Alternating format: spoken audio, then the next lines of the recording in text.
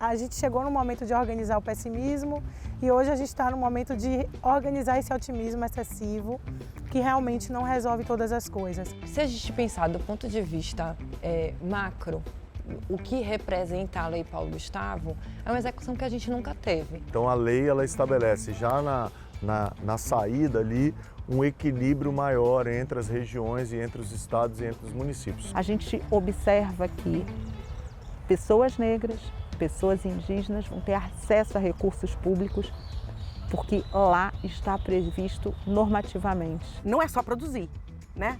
Nós precisamos assistir, debater e refletir sobre essa produção.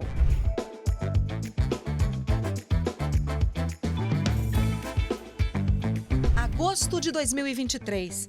Mais de 1.000 gestores e fazedores de cultura de todos os estados do Brasil se reúnem em Vitória, capital do Espírito Santo, para discutir a gestão pública da cultura e toda a sua diversidade.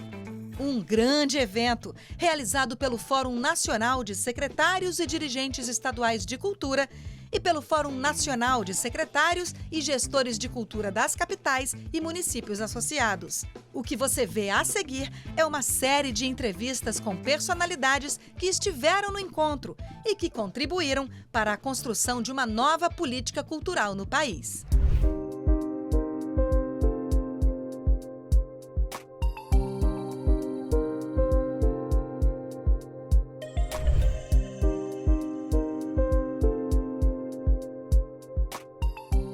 Se a gente pensar do ponto de vista macro, o que representa a Lei Paulo Gustavo é uma execução que a gente nunca teve.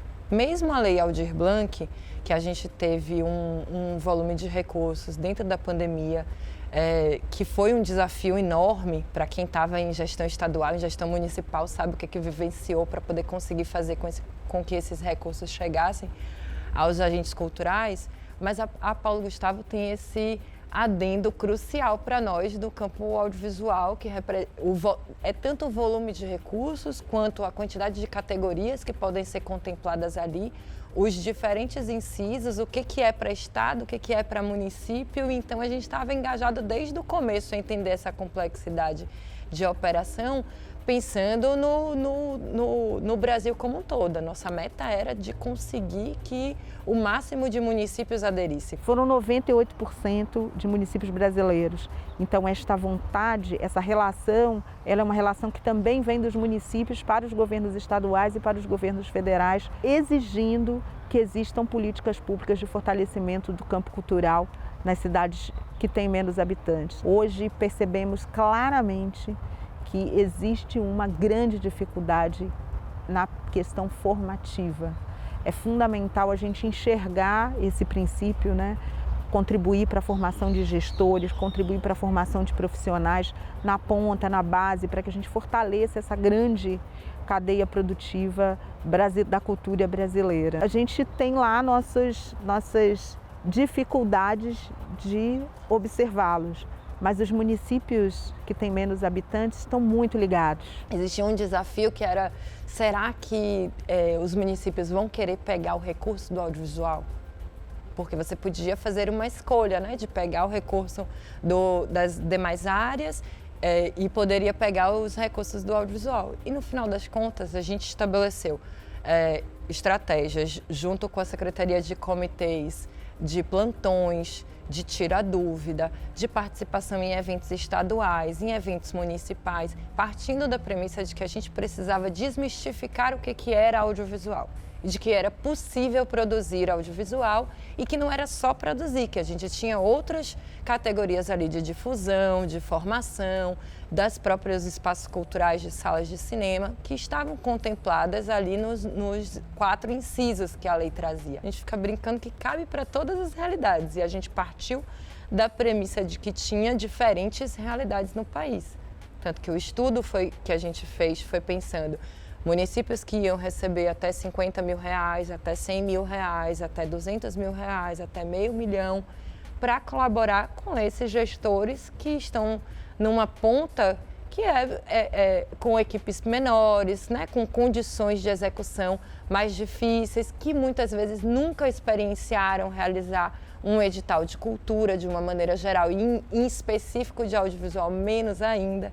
Então a preocupação da gente foi desde o começo de trazer mecanismos, ferramentas e estar à disposição, participando das atividades para poder viabilizar. Vai ser um grande desafio, mas a gente conta com muitos parceiros, principalmente as universidades, os institutos federais, que têm se colocado ao nosso lado e de uma maneira muito positiva para que a gente consiga construir pontes para fortalecer as gestões do ponto de vista formativo. Às vezes a resposta não é uma produção, às vezes a resposta é um curso de capacitação. Às vezes a resposta seja trazer um grande produtor da grande cidade e levar para o pequeno município para que tenha o intercâmbio. Então, na verdade, a gente tem que entender, né? Não é a partir da produção, mas do que falta.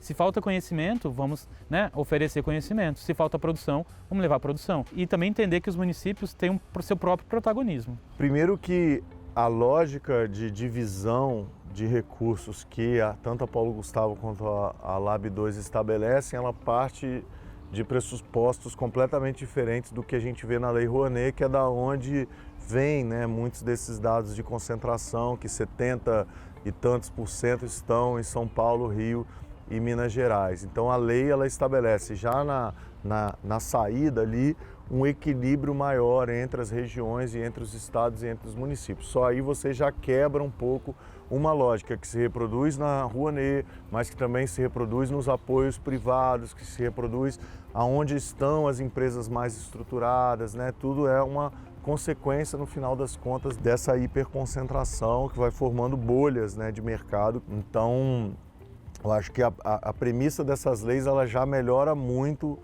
esse caso. Depois que chega esse recurso de uma maneira mais equânime, né, mais equilibrada, por mais que a gente possa, obviamente, aperfeiçoar esse modelo de distribuição, e isso é uma discussão que a gente pode amadurecer também daqui para frente, o que vem é a forma como esse recurso que chega nos cofres dos estados e municípios vão chegar não diretamente aos fazedores, mas indiretamente, ou como vão chegar diretamente ou indiretamente ao cidadão e à cidadã, da população de um modo geral.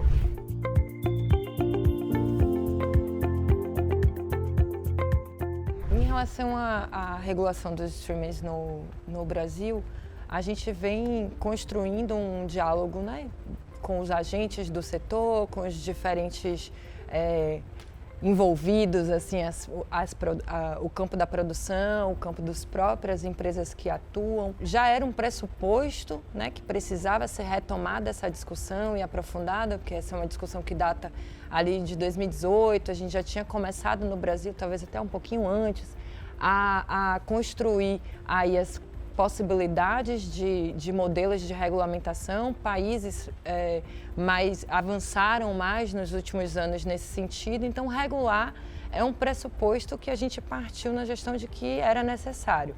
Os formatos e qual o aprofundamento que esse regramento vai ter é o que está em pauta nesse momento, né? A gente está bem no olho do furacão das discussões, tanto do ponto de vista técnico, ali construindo os projetos de lei, quanto do ponto de vista político, porque esses projetos de lei vão passar aí por Senado, por Congresso Nacional. A gente vai precisar, com esses diferentes agentes, conversar para chegar a um texto que atenda às necessidades de regulação no Brasil, porque, do ponto de vista econômico, é um dos elos da cadeia do audiovisual que não está sendo regulamentado. E isso é uma necessidade, né, para o nosso mercado interno, tanto do ponto de vista de arrecadação, que vai contribuir, né, com a arrecadação ali de Condecine, proporcionando aí condições para a gente produzir mais, para a gente ter outras formas de fomento com o recurso que vai ser arrecadado, né? No mundo inteiro, né, as regras de streaming, a regulação já foi feita, né, o Brasil atrasado, retardatário, os trabalhadores eles participam da propriedade intelectual um tanto, isso é muito positivo. Aqui nós temos a uberização do trabalho cultural e o que mais preocupa, né? Quanto mais o tempo passa, mais privilégio vira direito adquirido. Essas empresas vão começar a entender que, peraí, se não mexeu lá atrás, por que vai mexer agora? A gente já se acostumou a trabalhar assim no Brasil. Não queremos regras, né? Já é um discurso que a gente vê muito forte no Congresso, que a gente vê na mídia. E não vamos também esquecer o poder de cooptação, né? de financiamento da inteligência, que faz parte das lutas culturais, né? E que também vai recrutar muita gente para defender a ideia do livre mercado, de que o Estado não deve interferir nessa maravilha que é o mercado audiovisual livre e precário brasileiro. Já tem muita gente sendo recrutada para cumprir esse papel. Então isso mostra o quê? Por um lado, que aquelas políticas lá atrás, que foram interrompidas, elas geraram uma mão de obra qualificada, porque os streamings não iam contratar essas pessoas se não houvesse uma qualificação e competência do brasileiro para mostrar seus filmes, suas novelas, suas séries. Por outro lado, como a gente não teve uma estratégia, está acontecendo um processo que a gente chama de uberização do trabalho. O Estado ele recua e não media essas relações. Não há leis e regras claras para estabelecer cláusulas contratuais que protejam o mais fraco na hora da relação com um contratante que é muito mais forte. Então ela não tem força para lutar por algumas coisas básicas, como por exemplo, ser proprietária da obra que ela está realizando. A grande questão hoje no capitalismo contemporâneo, na relação com a cultura, é quem é dono da propriedade intelectual, né? E o modelo que o Brasil está adotando, graças a esse abandono do nosso mercado ao Deus dará, é um modelo extrativista, né? Nós entramos com a criatividade, com as histórias, com as narrativas, com o talento, com a mão de obra, por job, por serviço, e não ficamos com nada da propriedade. É uma extração dessa mão de obra, modelo que remete ao período colonial, né? Você extrai e depois essas pessoas consomem o produto manufaturado que é importado, né? Não há um investimento no sentido de que essas produtoras, esses talentos, artistas, criativos brasileiros participem um pouquinho dos royalties da sua criatividade. Se a gente não tem salas de cinema, né, que abrem esse espaço, que asseguram a exibição da produção brasileira, se a gente não tem um streaming que assegura essa fruição, se a gente não tem uma continuidade dos festivais, porque eu mesma já tive várias interrupções, então a gente tem um problema e a gente precisa debater esse problema, porque não é só produzir, né? Nós precisamos assistir, debater e refletir sobre essa produção. E a gente só vai ter isso se a gente tiver isso, né, assegurado na exibição, na fruição, na TV, nos streamings, nas próprias salas de cinema. Esse é um gargalo.